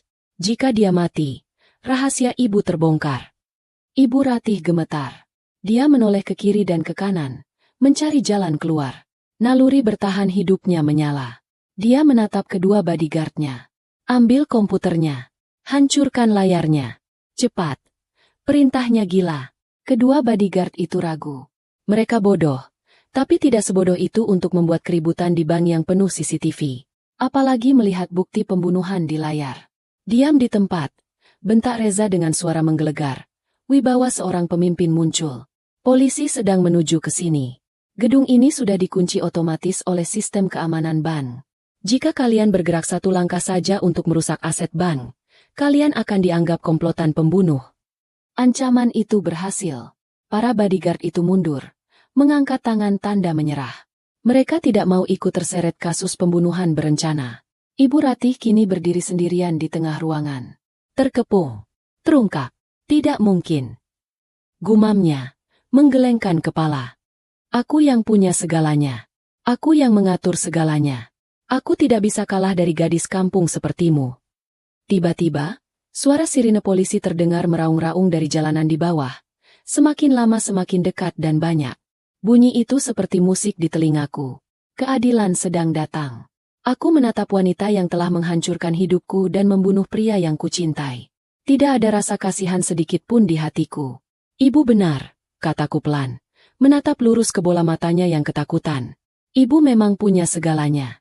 Tapi sekarang, ibu tidak punya apa-apa. Harta, tahta, anak semuanya hilang. Dan sisa hidup ibu akan dihabiskan di balik jeruji besi, memakan makanan penjara yang tawar, sendirian, tanpa ada yang peduli. Ibu Ratih merosot ke lantai. Kakinya tidak kuat lagi menopang tubuhnya. Dia menangis, tapi bukan tangisan penyesalan. Itu tangisan kekalahan. Pintu lift di luar berdenting lagi. Kali ini, langkah kaki yang datang terdengar tegas dan berirama. Langkah kaki aparat penegak hukum. Pintu ruangan terbuka lebar. Sekelompok polisi berseragam lengkap dengan senjata laras panjang masuk, dipimpin oleh seorang perwira reserse. Siapa yang bernama Ratih Wijaya? Tanya perwira itu tegas. Aku menunjuk wanita yang meringkuk di lantai. Itu dia, Pak, pembunuh suami saya. Aku menarik napas panjang, merasakan beban berat di pundakku perlahan terangkat. Adrian, kita berhasil. Kita menang. Ruangan VVIP itu kini terasa sesak, bukan karena ukurannya, melainkan karena beratnya ketegangan yang menggantung di udara. Telunjukku masih terarah lurus ke wajah Ibu Ratih yang kini bersimpuh di lantai karpet tebal. Wajahnya yang biasa angkuh kini retak oleh kepanikan yang nyata. Di belakangku, layar monitor raksasa masih menayangkan wajah Adrian yang tersenyum pahit. Sebuah monumen digital atas pengorbanannya. Perwira polisi yang memimpin penyerbuan itu, seorang pria parubaya dengan lencana, Kompol Haryo, di dadanya, melangkah maju dengan gerakan taktis. Ia tidak terintimidasi oleh kemewahan ruangan bank ini, apalagi oleh gaun mahal dan perhiasan yang melekat di tubuh wanita yang kini berstatus tersangka itu. Matanya tajam, menyapu sekeliling ruangan sebelum mendarat pada sosok Ibu Ratih. Ratih Wijaya, ucap Kompol Haryo dengan suara bariton yang berat dan tegas. Ia tidak bertanya, ia menyatakan. Berdasarkan bukti digital yang telah kami terima secara real-time dari server bank ini, serta laporan otomatis terkait pembunuhan berencana terhadap saudara Adrian Wijaya, Anda kami tangkap. Ibu Ratih mendongak. Matanya terbelalak liar. Apa? Tangkap? Kau tidak tahu siapa aku? Teriaknya melengking, mencoba bangkit berdiri meski kakinya goyah. Aku istri pendiri Wijaya Group. Kau polisi rendahan tidak punya hak menyentuhku. Aku bisa menelpon atasanmu dan membuatmu dipecat hari ini juga. Kompol Haryo tidak bergeming sedikitpun. Ia justru mengeluarkan sepasang borgol perak dari sabuknya. Bunyi klik logam yang beradu terdengar begitu merdu di telingaku. Lebih indah dari simfoni manapun yang pernah kudengar. Anda bisa menghubungi pengacara Anda nanti di kantor polisi, Nyonya, jawab Kompol Haryo datar. Tapi untuk saat ini, status Anda adalah tersangka utama pembunuhan tingkat 1. Saudara Burhan. Polisi itu menoleh pada pengacara keluarga yang berdiri mematung di sudut ruangan dengan wajah pucat. Jika Anda mencoba menghalangi proses hukum atau terbukti menyembunyikan fakta ini, Anda juga akan kami seret sebagai an aksesori to murder, pembantu kejahatan. Pak Burhan langsung mengangkat kedua tangannya tinggi-tinggi, mundur teratur hingga punggungnya menempel ke dinding. Keringat dingin mengucur deras di dahinya. Saya tidak tahu apa-apa. Pak, sumpah, saya hanya mengurus masalah warisan legal. Saya tidak tahu menahu soal racun atau pembunuhan. Saya kooperatif. Silakan bawa dia. Mendengar pengacara kepercayaannya berbalik arah, pertahanan mental Ibu Ratih runtuh seketika. Burhan, kau pengkhianat. Aku membayarmu mahal, jeritnya histeris. Ia menoleh padaku, matanya menyala dengan kebencian murni yang mengerikan. Ini semua salahmu, Elena, dasar wanita ular. Kau merekayasa ini. Kau mencekoki Adrian dengan ide-ide gila sampai dia membenci ibunya sendiri. Dua orang petugas polisi wanita maju, mencengkeram lengan Ibu Ratih kiri dan kanan. Ibu Ratih meronta, menendang-nendang udara seperti anak kecil yang tantrum, membuat tatanan rambut sanggulnya yang sempurna menjadi acak-acakan. Lepaskan aku. Jangan sentuh aku dengan tangan kotormu. Bentaknya saat polisi wanita itu memutar lengannya ke belakang punggung. Klek, klek. Suara borgol yang terkunci di pergelangan tangannya membuat seluruh ruangan hening sejenak. Wanita yang selama ini memegang kendali penuh atas hidupku, yang bisa mengusirku hanya dengan jentikan jari, yang meracuni suamiku sambil tersenyum, kini tidak lebih dari seorang kriminal yang terbelenggu. Aku melangkah mendekat, perlahan, hingga jarak wajah kami hanya terpaut beberapa sentimeter. Reza mencoba menahanku, takut Ibu Ratih akan melukaiku, tapi aku menepis tangannya halus. Aku butuh momen ini. Adrian butuh momen ini. Kau bilang aku ular, bisikku pelan, namun cukup jelas untuk didengar semua orang di ruangan itu. Ular tidak membunuh anaknya sendiri, Ibu. Bahkan binatang buas pun melindungi darah dagingnya. Kau lebih rendah dari binatang. Ibu Ratih meludah ke arahku. Ludahnya mengenai ujung sepatuku, sepatu pinjaman dari staf bank yang diberikan Reza tadi. Aku tidak marah. Aku justru tersenyum tipis. Bawa dia. Perintahku dingin pada polisi, seolah akulah yang memegang komando. Kompol Haryo mengangguk hormat padaku. Bawa tersangka ke mobil komando. Amankan juga 2 bodyguard di depan sebagai saksi dan potensi tersangka, karena membawa senjata tajam di tempat umum. Ibu Ratih diseret keluar ruangan. Teriakan dan sumpah serapahnya menggema di koridor lantai eksekutif, semakin lama semakin menjauh, hingga akhirnya pintu lift tertutup dan memotong suaranya. Begitu dia hilang dari pandangan, kakiku lemas. Aku hampir ambruk jika Reza tidak sigap menangkap bahuku dan mendudukkanku kembali di kursi kerja. Adrenalin yang tadi memompaku habis, digantikan oleh rasa lelah yang luar biasa masif. Kau hebat, El. Luar biasa. Puji Reza sambil menyodorkan segelas air mineral.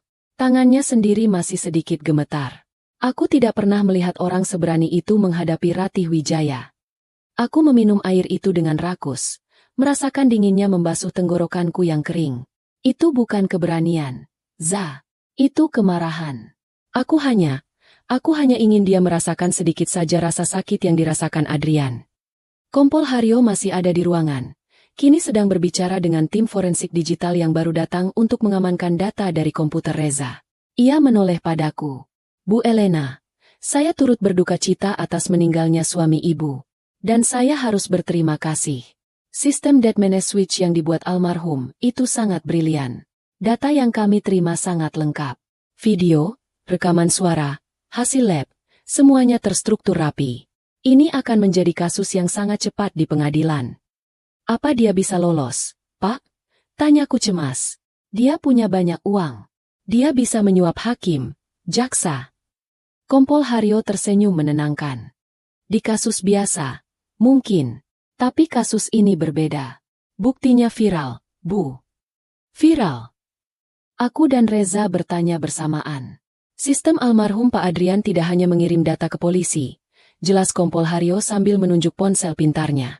Tampaknya sistem itu juga diprogram untuk mengunggah teaser atau potongan bukti ke beberapa server publik jika kode diaktifkan. Dalam 15 menit terakhir, tagar keadilan untuk Adrian dan Ibu Racun sudah mulai naik di media sosial. Wartawan sudah memenuhi lobi bawah sekarang. Tidak ada hakim yang berani main mata dengan kasus yang diawasi seluruh rakyat Indonesia. Aku ternganga. Adrian, kau benar-benar memikirkan segalanya. Dia tahu hukum bisa dibeli.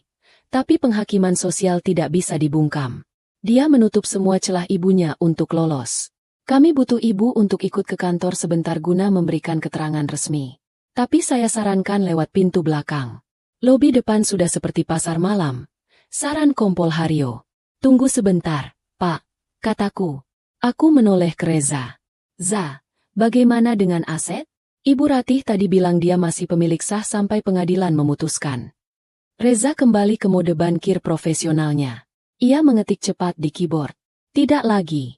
Begitu sistem ini aktif dan status tersangka ditetapkan, Bank Sentosa Abadi punya protokol pembekuan aset untuk kasus pencucian uang dan kejahatan finansial berat.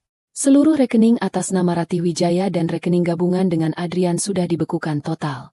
Kartu kredit, deposito, akses brankas, semuanya nol mulai detik ini. Dia tidak bisa membayar pengacara. Tidak bisa menyuap siapapun. Aku menghela napas lega. Sangkar emas itu sudah runtuh. Singa itu sudah dicabut taring dan kukunya. Dan satu lagi, L, tambah Reza, menatap layar dengan serius. Ada satu dokumen digital yang baru saja terdekripsi di folder terakhir. Ini surat wasiat digital. Wasiat. Ya. Hukum digital kita sekarang mengakui wasiat elektronik yang tersimpan di lembaga keuangan terpercaya dengan verifikasi biometrik. Di sini tertulis jelas. Saya, Adrian Wijaya, membatalkan semua wasiat sebelumnya. Saya mewariskan 100% aset saya, baik bergerak maupun tidak bergerak, kepada istri saya, Elena. Dan saya menyatakan ibu saya, Ratih Wijaya, tidak berhak atas 1 sen pun karena tindakan kriminalnya terhadap saya. Air mataku menetes lagi. Bahkan dalam kematiannya, Adrian memastikan masa depanku aman. Ayo, Bu Elena, ajak Kompol Haryo lembut. Kami berjalan keluar dari ruangan itu. Namun, sebelum masuk lift barang, aku meminta izin untuk melewati lobi depan sebentar. Hanya melihat dari lantai mezanin atas yang berkaca. Di bawah sana, aku melihat pemandangan yang tak akan pernah kulupakan. Ibu Ratih digiring keluar oleh polisi di tengah sorotan ratusan lampu kilat kamera wartawan. Dia menunduk dalam-dalam, mencoba menutupi wajahnya dengan tangan yang terborgol. Orang-orang berteriak mencemooh. Pembunuh, ibu kejam, hukum mati. Wanita yang selalu memuja citra dirinya di atas segalanya, kini hancur lebur di hadapan publik. Kehormatannya, kesombongannya, semuanya terkelupas habis, menyisakan seorang wanita tua yang menyedihkan dan jahat. Aku berbalik, meninggalkan pemandangan itu.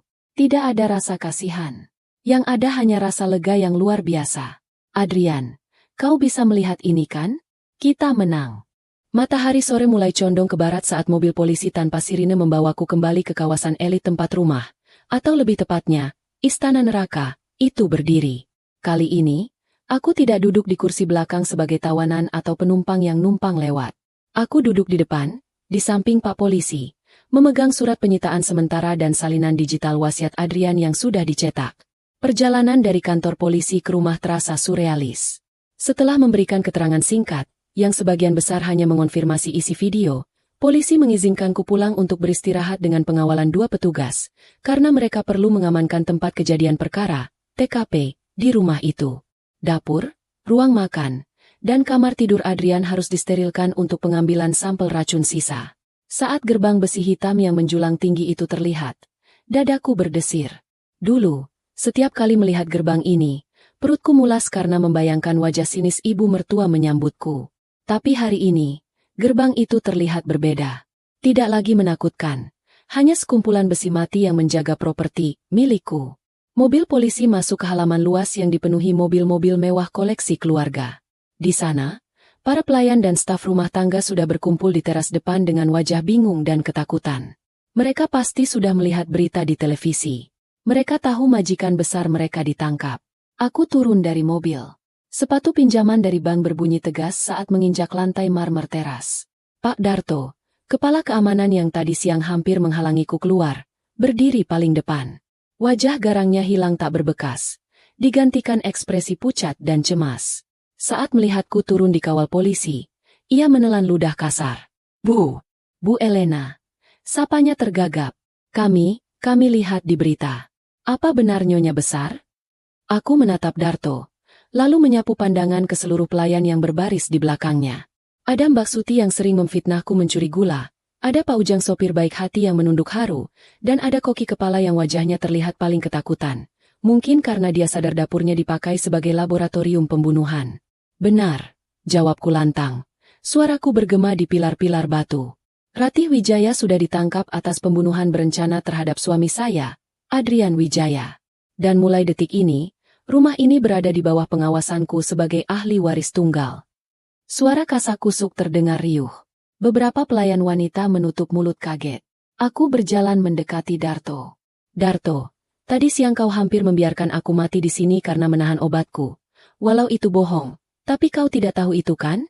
Kau lebih setia pada perintah pembunuh daripada nyawa manusia. Darto gemetar. Saya hanya menjalankan tugas. Bu, Nyonya Ratih yang menggaji saya. Nyonya Ratih sudah tidak punya uang untuk menggajimu. Potongku tajam. Rekeningnya sudah dibekukan. Mulai hari ini, saya yang memegang kendali keuangan. Dan keputusan pertamaku adalah... Aku menunjuk gerbang. Kau dipecat. Kemasi barangmu dan pergi dari sini sekarang juga. Aku tidak butuh anjing penjaga yang menggigit tuannya sendiri. Wajah Darto jatuh. Dia mencoba memohon. Tapi tatapan dua polisi di belakangku membuatnya sadar tidak ada gunanya berdebat. Dia menunduk dan berjalan gontai menuju pos satpam untuk mengambil tasnya. Aku beralih ke Koki kepala. Dia mundur ketakutan. Dan kau, kataku dingin. Polisi akan menginterogasimu. Jika kau tahu soal racun itu dan diam saja, kau akan menyusul majikanmu ke penjara. Tapi jika kau benar-benar tidak tahu, kau tetap dipecat karena kelalaian fatal membiarkan orang lain meracuni makanan di wilayah kerjamu. Koki itu lemas dan jatuh pingsan, membuat pelayan lain panik. Sisanya, kataku pada pelayan-pelayan lain yang masih tersisa, termasuk Pak Ujang. Siapa yang merasa pernah berbuat jahat padaku atau Mas Adrian, lebih baik pergi sendiri sebelum aku lapor polisi. Tapi siapa yang mau bekerja dengan jujur dan setia, boleh tinggal. Gajimu akan kunaikkan 2 kali lipat, tapi dengan satu syarat, hapus semua jejak Ratih Wijaya dari rumah ini. Pak Ujang maju, matanya berkaca-kaca. Bu Elena. Saya siap. Saya sudah lama ingin melapor tapi takut ancaman Nyonya. Saya bersyukur Ibu selamat. Aku tersenyum tipis pada Pak Ujang. Terima kasih, Pak. Bapak jadi kepala rumah tangga yang baru mulai sekarang. Setelah membereskan urusan di luar, aku masuk ke dalam rumah. Rumah itu terasa hening, tapi bukan hening yang mencekam seperti dulu. Ini keheningan yang kosong. Hantu Ibu Ratih sudah pergi. Aku berjalan menaiki tangga melingkar menuju lantai 2. Tujuanku 1. Kamar utama. Kamar yang selama ini ditempati Ibu Ratih. Tempat terlarang bagiku dan Adrian. Pintu kamar itu terkunci, tapi polisi dengan mudah mendobraknya untuk keperluan penggeledahan. Aku masuk ke dalamnya. Bau parfum Ibu Ratih yang menyengat masih tercium kuat, membuat perutku sedikit mual. Kamar itu sangat mewah, penuh dengan barang antik dan lukisan mahal. Polisi mulai menggeledah laci-laci meja rias. Tak lama kemudian, seorang petugas berseru, "Bu, kami menemukan sesuatu." Aku mendekat. Di dalam sebuah kotak perhiasan beludru merah yang disembunyikan di balik laci rahasia, terdapat botol-botol kecil. Beberapa kosong, satu masih berisi serbuk putih. Di sebelahnya, ada buku catatan kecil. Polisi itu membukanya dengan sarung tangan lateks. "Ini catatan dosis." Gumam polisi itu ngeri. Aku mengintip. Tulisan tangan Ibu Ratih yang rapi tertera di sana. Minggu pertama, 2 mg. Reaksi, mual ringan. Minggu kedua, 5 mg. Reaksi, muntah, pusing hebat. Adrian mulai kurus. Target kematian, sebelum ulang tahun perusahaan bulan depan. Kakiku lemas membaca catatan itu. Dia mencatat penderitaan anaknya sendiri seperti ilmuwan gila mencatat hasil eksperimen tikus lab. Tidak ada setitik pun rasa penyesalan atau kasih sayang di sana. Hanya kalkulasi dingin demi harta. Amankan itu sebagai barang bukti tambahan. Perintahku dengan suara bergetar. Aku berjalan keluar ke balkon kamar itu, memandang ke halaman luas di bawah. Matahari mulai terbenam, mewarnai langit dengan semburat jingga dan ungu. Angin sore menerpa wajahku, menerbangkan rambutku yang berantakan. Untuk pertama kalinya dalam 3 tahun, aku bisa bernapas. Benar-benar bernapas. Tidak ada lagi rasa takut salah bicara. Tidak ada lagi rasa takut diracun. Tidak ada lagi tatapan merendahkan. Tapi kemenangan ini terasa hampa. Aku menoleh ke arah kamar Adrian yang berada di sayap lain rumah. Dia tidak ada di sini untuk merayakan kebebasan ini bersamaku. Dia mengorbankan nyawanya untuk memberiku momen ini. Aku merogoh saku, mengeluarkan ponselku yang sejak tadi bergetar tak henti. Ratusan pesan masuk. Ucapan bela sungkawa, permintaan wawancara, dan pesan kaget dari teman-teman lama yang melihat berita. Namun, ada satu notifikasi email yang menarik perhatianku. Pengirimnya, Adrian Wijaya, scheduled sent. Jantungku berdegup kencang. Email ini dijadwalkan terkirim 24 jam setelah kode dead menace switch aktif. Aku membukanya dengan tangan gemetar. Subjek, untuk istriku, saat semuanya selesai. Hei, Z, jika kau membaca ini, berarti Rati sudah ditangkap. Polisi sudah bekerja. Dan kau sekarang mungkin sedang berdiri di rumah besar itu, merasa sendirian dan bingung. Jangan bingung, El. Rumah itu milikmu. Jual saja kalau kau tidak suka kenangannya. Bakar kalau perlu. Gunakan uangnya untuk keliling dunia. Buka toko kue yang sering kita bicarakan. Atau donasikan untuk yayasan yatim piatu. Terserah kau. Tapi ada satu hal yang ingin ku minta. Di laci meja kerjaku, di bawah tumpukan file perusahaan, ada sebuah kotak kayu kecil. Bukalah. Aku mencintaimu. El. Maaf aku tidak bisa menemanimu menua. Tapi ketahuilah. Di setiap langkahmu mulai sekarang, aku ada di sana.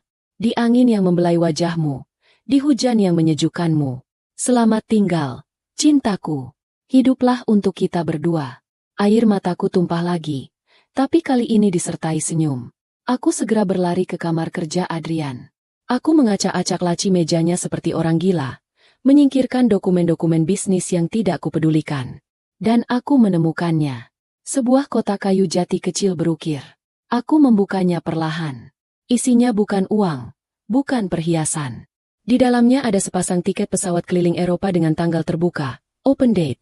Sebuah buku sketsa berisi desain interior toko kue bernama Elena S. Bakri, dan sebuah surat pengangkatan anak adopsi yang belum ditandatangani. Adrian ingat. Dia ingat semua mimpi-mimpi kecil yang pernah kubisikkan padanya sebelum tidur. Mimpi punya toko kue, mimpi keliling Eropa. Mimpi mengadopsi anak karena kami sulit punya keturunan. Dia mempersiapkan masa depanku bukan sebagai janda kaya yang kesepian, tapi sebagai wanita yang punya tujuan hidup. Aku mendekap kotak itu erat-erat di dada, jatuh terduduk di kursi kerja Adrian yang besar. Aroma tubuhnya masih tertinggal samar di sandaran kursi. Terima kasih, Mas. Isaku di keheningan ruang kerja itu. Aku akan mewujudkannya. Aku janji. Di luar jendela, langit malah mulai turun, tapi bagiku, ini adalah fajar yang baru menyingsing. Dinasti Wijaya yang busuk telah runtuh, dan dari puing-puingnya, aku akan membangun sesuatu yang indah. Demi Adrian. 2 minggu pasca penangkapan Ibu Ratih, hidupku berubah menjadi pusaran angin topan yang tak kunjung reda. Jika sebelumnya aku hanyalah istri rumahan yang tersembunyi di balik bayang-bayang suami dan mertua, kini wajahku terpampang di setiap halaman depan koran bisnis dan tabloid gosip. Janda Cinderella menuntut keadilan. Begitu salah satu judul utamanya. Namun, realitasnya jauh lebih melelahkan daripada dongeng manapun. Kemenangan di bank waktu itu hanyalah awal dari perang jenis lain. Perang birokrasi, hukum, dan eksistensi diri. Pagi ini, aku berdiri di depan cermin besar di kamar utama. Kamar yang dulu ditempati Ibu Ratih dan kini telah kurenovasi total. Karpet merah marun yang suram sudah diganti dengan parket kayu ek yang hangat. Gorden beludru berat yang mencekik cahaya matahari sudah kuturunkan, diganti dengan tirai linen putih yang membiarkan cahaya pagi membanjiri ruangan. Namun, bayangan di cermin itu masih terlihat asing. Aku mengenakan setelan blazer hitam pas badan, rambutku disanggul rapi ala wanita karir, dan di leherku melingkar kalung berlian sederhana hadiah ulang tahun terakhir dari Adrian. Aku terlihat kuat, tapi di dalam, Aku masihlah Elena yang merindukan aroma tepung dan mentega, bukan aroma kertas kontrak dan tinta stempel. Hari ini adalah rapat umum pemegang saham luar biasa, RUPSLB, Wijaya Group. Sebagai pewaris tunggal Adrian, aku kini memegang 60% saham perusahaan. Secara teori, aku adalah pemilik mutlak. Namun, dalam praktiknya, aku adalah domba yang masuk ke kandang serigala berjas mahal. Para direksi tua, paman-paman jauh Adrian, dan investor yang dulu tunduk pada Ibu Ratih, kini melihatku sebagai target empuk. Mereka pikir aku hanyalah janda muda yang bodoh, yang bisa mereka setir atau mereka tipu untuk melepas saham dengan harga murah. Bu Elena, mobil sudah siap. Suara Paujang terdengar dari interkom. Aku menarik napas panjang, memantapkan hati. Aku datang. Adrian, pinjami aku keberanianmu hari ini. Bisikku pada foto suamiku di meja rias. Perjalanan ke kantor pusat Wijaya Group di kawasan Sudirman terasa hening. Aku membuka kembali berkas-berkas yang ditinggalkan Adrian di kotak rahasianya. Ternyata, Adrian sudah memprediksi ini. Di balik sketsa toko kue, terselip sebuah flash disk berisi Black Book perusahaan. Catatan dosa para direksi. Siapa yang korupsi? Siapa yang punya simpanan gelap memakai uang perusahaan? Siapa yang memalsukan laporan pajak? Adrian tahu segalanya. Tapi dia menyimpannya sebagai kartu as. Dan hari ini, kartu itu ada di tanganku. Sesampainya di gedung pencakar langit itu, suasana terasa dingin. Karyawan membungkuk hormat saat aku lewat. Tapi aku bisa merasakan tatapan penuh tanya di punggungku. Apa dia bisa memimpin? Mungkin itu yang mereka pikirkan. Aku berjalan lurus menuju ruang rapat eksekutif di lantai teratas, diiringi pengacara baru yang kusewa, seorang wanita tangguh bernama Karina. Karena aku sudah memecat firma hukum Pak Burhan. Pintu ruang rapat dibuka. Asap rokok cerutu dan aroma kopi mahal menyambutku. Di sekeliling meja oval raksasa itu, duduk 12 pria paruh baya. Mereka menatapku dengan sorot mata meremehkan. Tidak ada yang berdiri untuk menyambutku. Silakan duduk, Nyonya Elena. Ucap Pak Subroto, direktur operasional yang juga sepupu jauh mendiang ayah mertuaku. Nadanya terdengar seperti seorang kakek yang menyuruh cucunya duduk tenang. Kami turut berduka cita. Tapi bisnis harus terus berjalan, dan jujur saja, kondisi perusahaan sedang goyah karena skandal Ibunda Ratih. Saham kita anjlok 15% minggu ini. Aku duduk di kursi pimpinan, kursi Adrian. Kursi itu terasa terlalu besar untukku, tapi aku menegakkan punggung. Langsung saja ke intinya, Pak Subroto, jawabku tenang. Meletakkan berkas di meja. Subroto tersenyum tipis, saling lirik dengan direktur keuangan di sebelahnya. Begini, Elena, kami tahu kau tidak punya pengalaman bisnis. Kau, ahlinya di dapur, bukan? Mengelola konglomerasi raksasa ini butuh tangan besi. Karena itu, kami, Dewan Direksi, mengajukan penawaran. Kami bersedia membeli 40% sahammu dengan harga di atas pasar saat ini. Dengan uang itu, kau bisa hidup mewah 7 turunan tanpa pusing memikirkan neraca keuangan. Sisanya, 20%. Biarkan tetap atas namamu sebagai silent partner. Kami yang akan urus operasionalnya. Tawaran itu terdengar manis. Sangat manis. Jika aku Elena yang dulu, mungkin aku akan setuju demi ketenangan hidup. Uang triliunan rupiah tunai dan kebebasan? Siapa yang menolak? Tapi aku melihat kilatan licik di mata Subroto. Mereka ingin menyingkirkanku. Mereka ingin menguasai warisan Adrian dan mungkin menghancurkan nilai-nilai yang dulu Adrian bangun. Adrian ingin perusahaan ini bersih. Sementara orang-orang ini adalah lintah darat. Aku membuka map di depanku perlahan. Suara kertas yang bergesekan terdengar nyaring di ruangan yang hening itu. Tawaran yang menarik, Pak Subroto, kataku sambil tersenyum. Tapi sebelum saya jawab, mari kita bahas tentang proyek pengadaan mesin pabrik di Cikarang tahun lalu. Senyum Subroto lenyap seketika. Apa maksudmu? Di sini tertulis, aku membaca data dari catatan Adrian. Anggaran pengadaan mesin 50 miliar rupiah. Tapi faktur yang ada di lapangan hanya 30 miliar.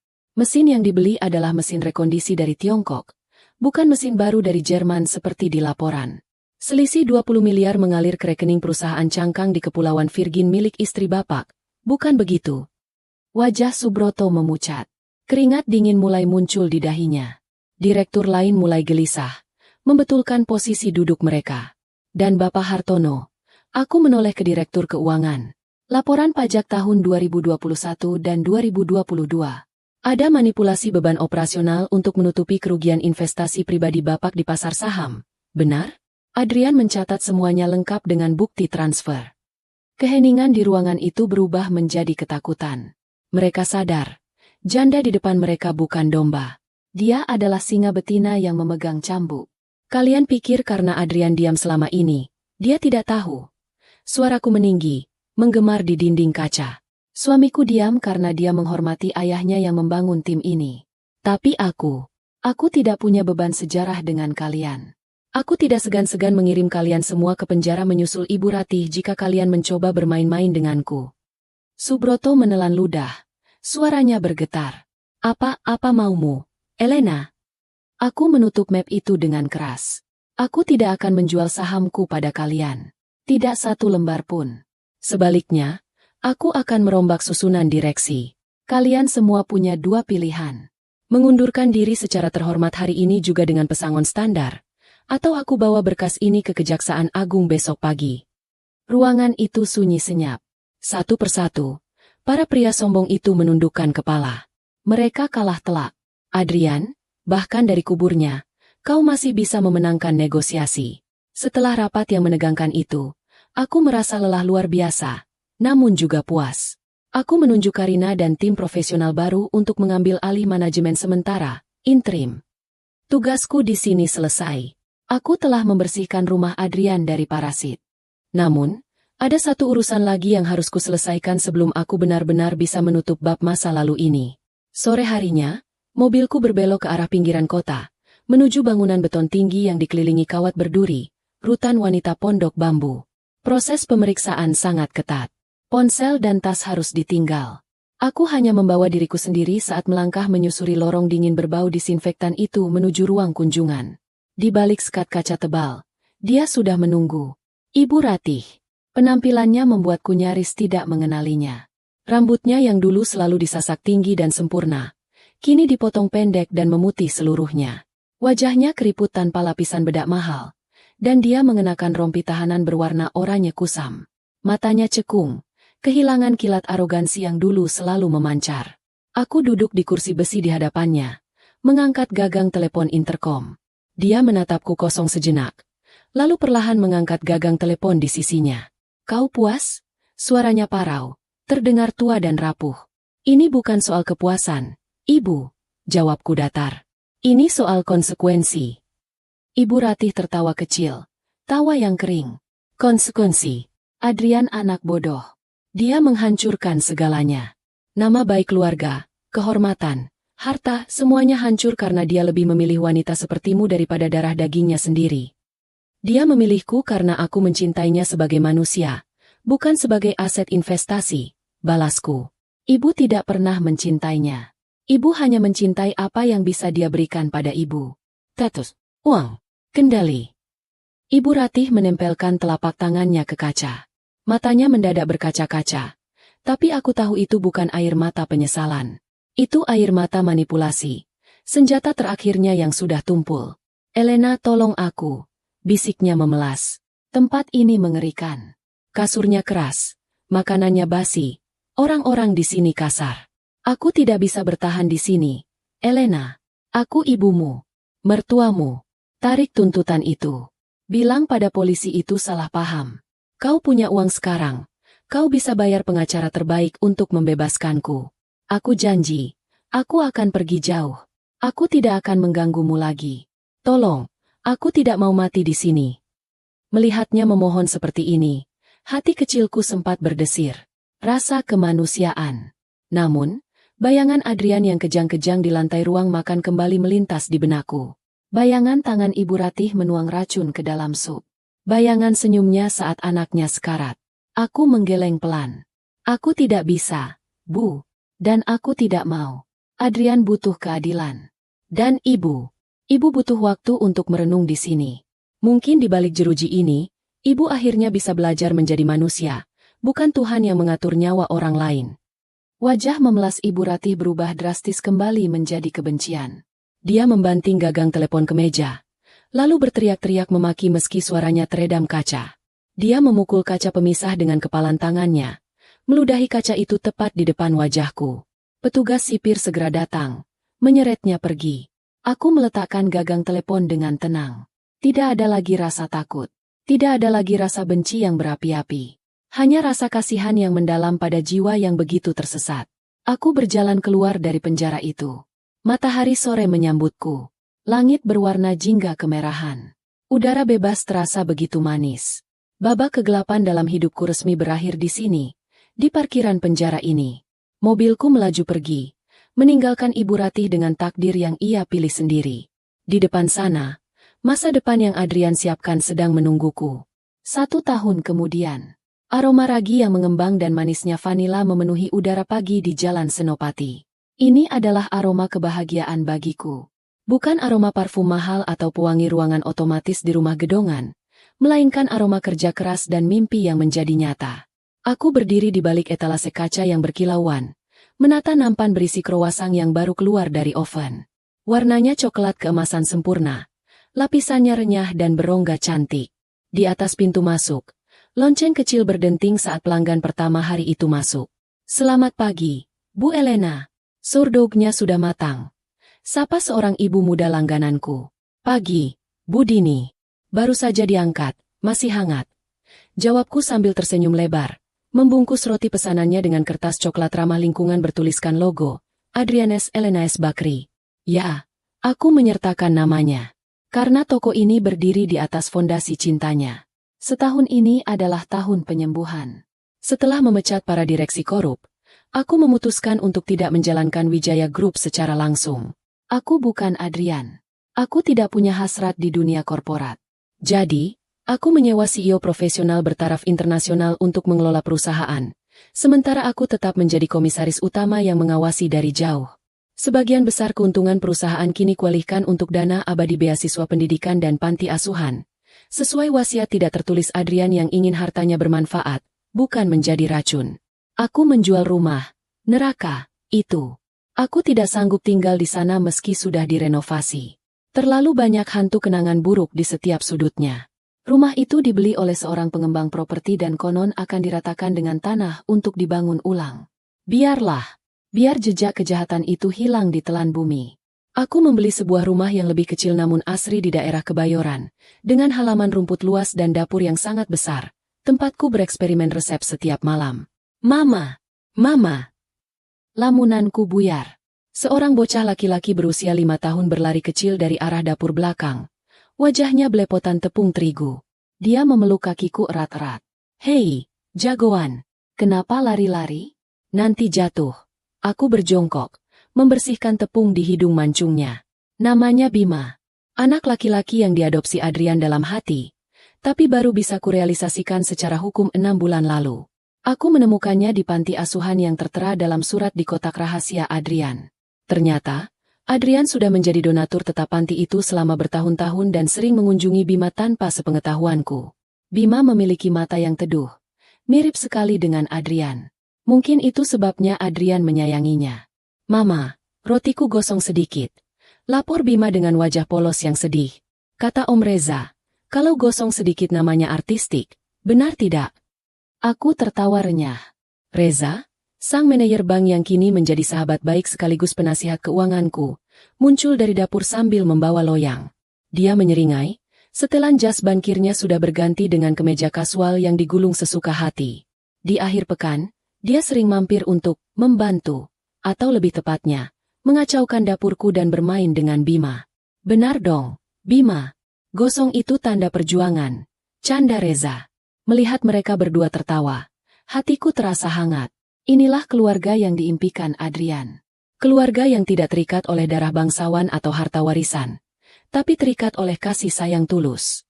Andai saja Adrian ada di sini, dia pasti akan menggendong Bima di bahunya dan mengajarinya cara membuat adonan pizza. Sore harinya, setelah toko tutup, kami bertiga pergi ke pemakaman umum yang tenang di pinggiran Jakarta Selatan. Aku membawa bunga lili putih segar dan sebuah kotak kecil berisi cinnamon roll buatan Bima yang sedikit gosong tadi. Makam Adrian terawat rapi di bawah naungan pohon Kamboja yang rindang.